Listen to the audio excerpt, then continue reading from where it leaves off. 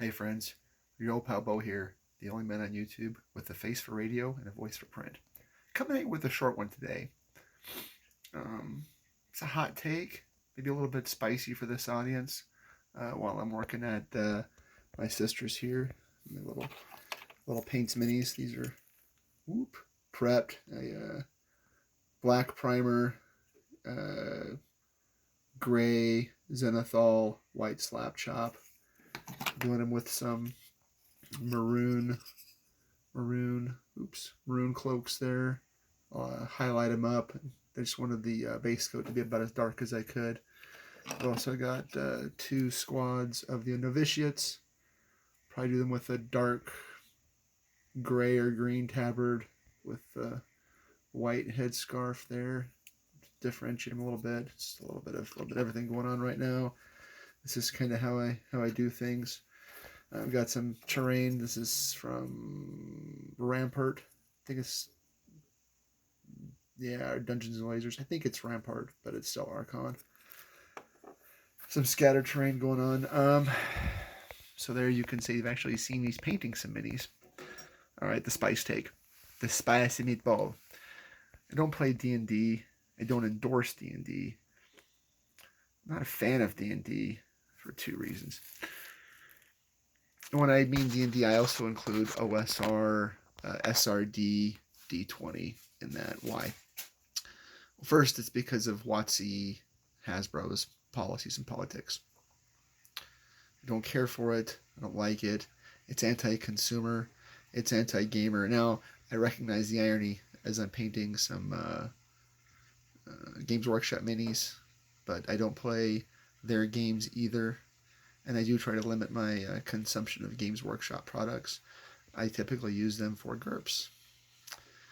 Okay, that aside, that disclaimer aside, and that example of my brand of hypocrisy aside, why not play D&D?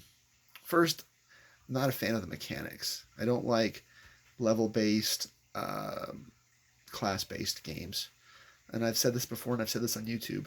There's no real way in D&D, AD&D, OD&D, most OSR, D20 based games to separate my first level fighter from your first level fighter. They're both first level fighters. Whether you specialize in different weapons, whether you wear different armor, you strip that away, the mechanics are the same. Every first level fighter is the same as every other first level fighter. I don't care for it. I prefer class-based games where you can pick and choose, where you can make your character a real individual. So there we've got two reasons. One, the politics, and two, the mechanics. But why paint with such a broad brush that it also hits, that it also hits the OSR, SRD, D20 based games? Well, my example was if I'm at a club, library, school, store, and I'm playing an OSR game, OSE as an example. I'm playing that and someone comes up and says, "What's this game?" How long is it going to be before the comparison to D&D comes up?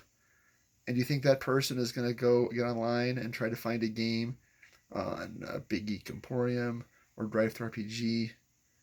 Or do you think they're going to go to Barnes & Noble and buy 5 ebooks? I want to choke the beast. I don't want any possibility of me doing any kind of free advertising for Wizards or Hasbro. I won't do it. There are a lot of content creators out there making OSR content that I like as source books, as material to mine. I'm a big fan of Pundit. I'm a big fan of Avenger Satanus. And I'll buy their books, but I won't use them to run any D&D, SRD, D20 based game. I would use them. I would play something like Champions or Palladium Fantasy or GURPS, my true love. Right?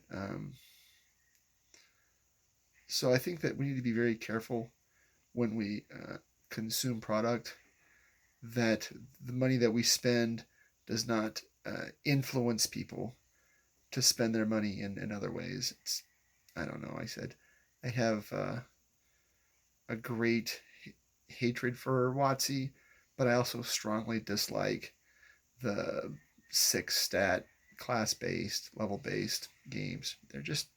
They were fine in 1975, but I think we've come a long way as game producers and content consumers since then. All right. Don't like, subscribe, click buttons, leave comments, and I'll get back to you later. All right. Peace.